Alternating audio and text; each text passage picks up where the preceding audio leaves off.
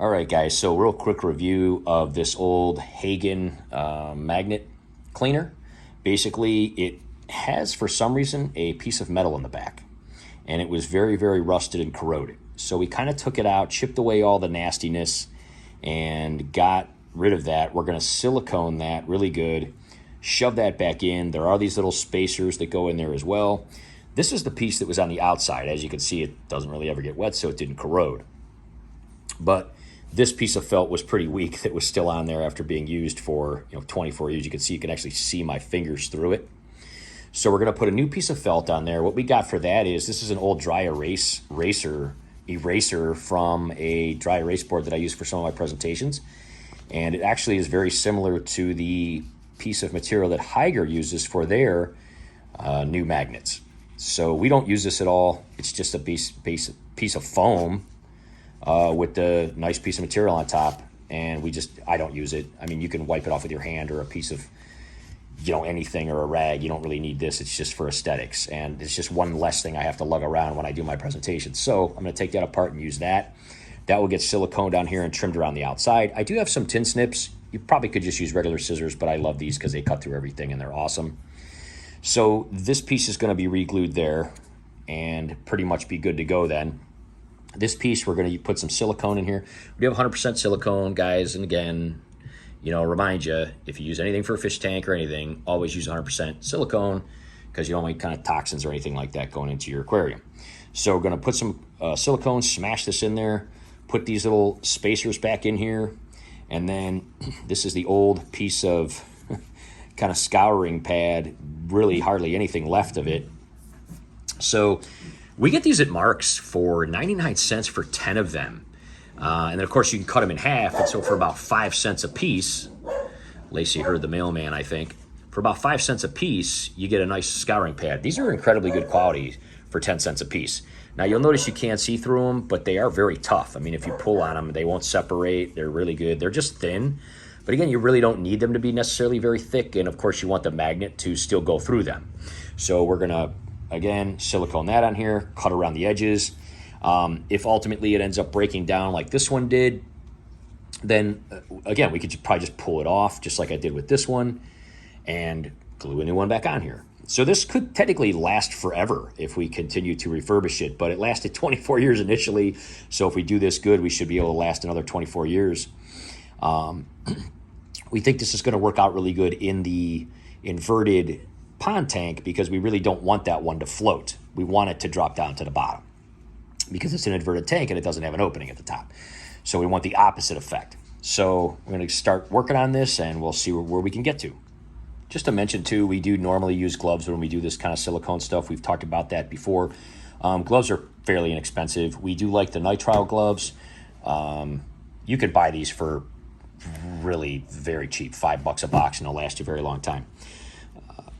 This is a pretty generous amount, but again, I don't really care if it comes around the sides because I'm just going to kind of clean it off. So going to basically push this. I'm going to put the camera down while I do this because it's going to be hard, but I'm going to push it down and then push these sides in and then wipe off the excess here.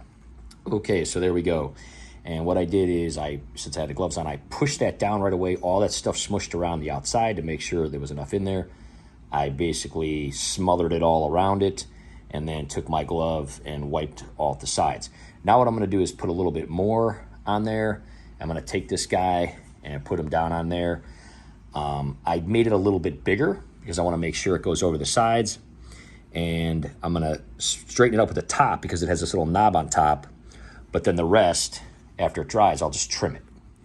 So basically what I did is I took a little piece here of kind of leftover Scotch pad and painted the other side of this, put this on top of it, and I'm kind of pushing down on it. I'll probably put a little weight on there, like a brick or something.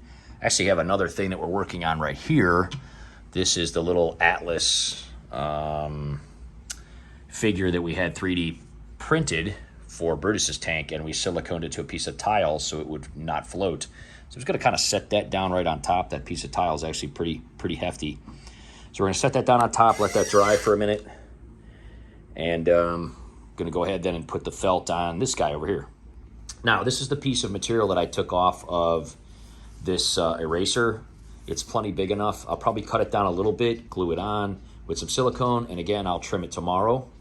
As you can see, this eraser was basically just a piece of styrofoam. There's like a little piece of foam, and there's just a thick piece of styrofoam under here.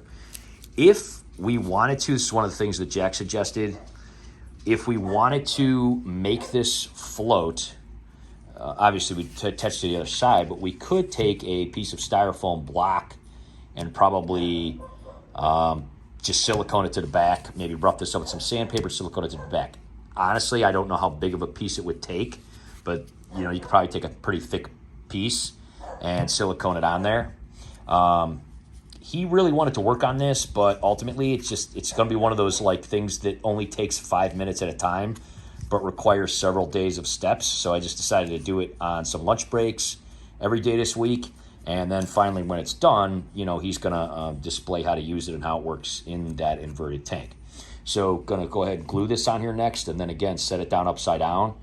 And most likely tomorrow come back, and then we'll trim these up and see how they look. Okay, so that was pretty easy. You just trimmed all of this stuff around the outside. This one came out really awesome. It's much thinner, so obviously it's stuck pretty good around the sides. Really happy that we decided to go with that material. Again, you can find these dry erase erasers for dry erase boards for about $1 or $2 at most hobby shops or online.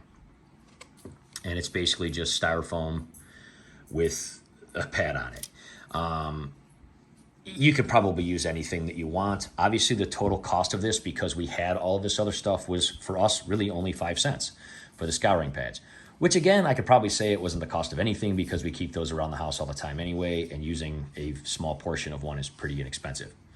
Now, this one did kind of stick up on the sides a little bit. You can see there's a bit of a gap, so I might shoot a little silicone in there and kind of press it down a little bit just to make sure that it's on there really good. The other thing is if you don't have silicone around, most people do keep super glue around the house. I would caution against using liquid super glue though, because I think that it would just soak through the pad. The silicone did come through a little bit, however, not enough to really affect the scouring pad at all. And it, you know, since it hardens, it won't really matter. If you were to put this through, it would probably soak through. So if you were going to use some sort of super glue, I'd probably get a gel type that wouldn't soak through necessarily. And I don't know that I would put it against the whole thing, maybe just around the outsides.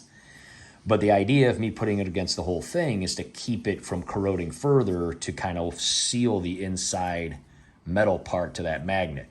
The other thing is we could have probably taken that whole metal piece off of the back somehow with a chisel and a hammer or something like that. But then it wouldn't have been, it would be sunken in. It wouldn't be sticking out and be level. So, and again, if it does rust and come out, we'll be able to take it apart again, clean it, peel this off, put a new piece on, because again, these are things that we keep around. So overall, the cost of this was only a few pennies. Really, most of it was stuff we had sitting around.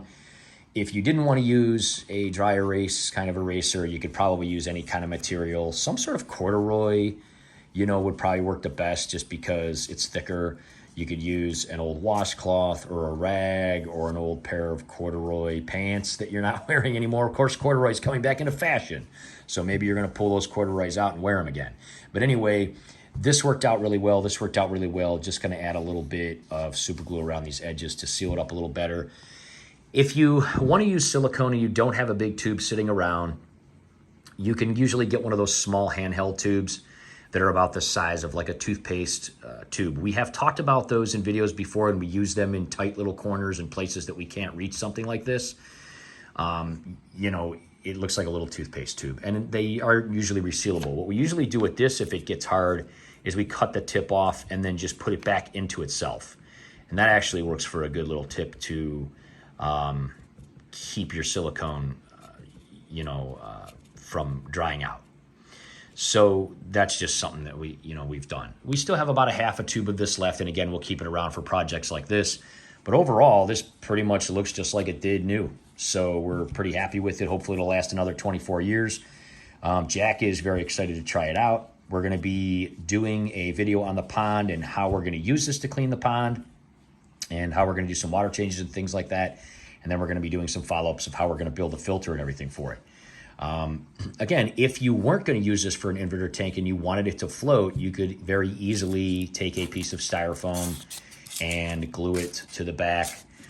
If you wanted to see if the piece of styrofoam that you had was big enough, you could probably just rubber band it and put it in some water, see if it floats or not. If it doesn't, get a bigger piece or thicker piece, or put another piece, you know, on top of it or whatever.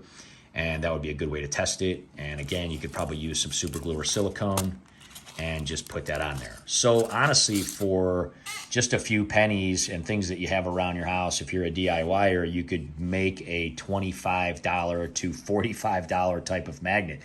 The only cost really is going to be the actual magnets themselves. Like you could really just take these erasers and take them apart and get a magnet that would fit in there and build this entire thing from scratch. The only thing is how much would those magnets cost? I think if you did the research, you'd probably find out that they would be less expensive than buying this whole thing. We like Hagen, we like Heiger, we think they're great companies, and we think that they make some awesome magnets. But if you really wanted to DIY it, you could probably just buy a couple of these erasers and totally build these things from scratch.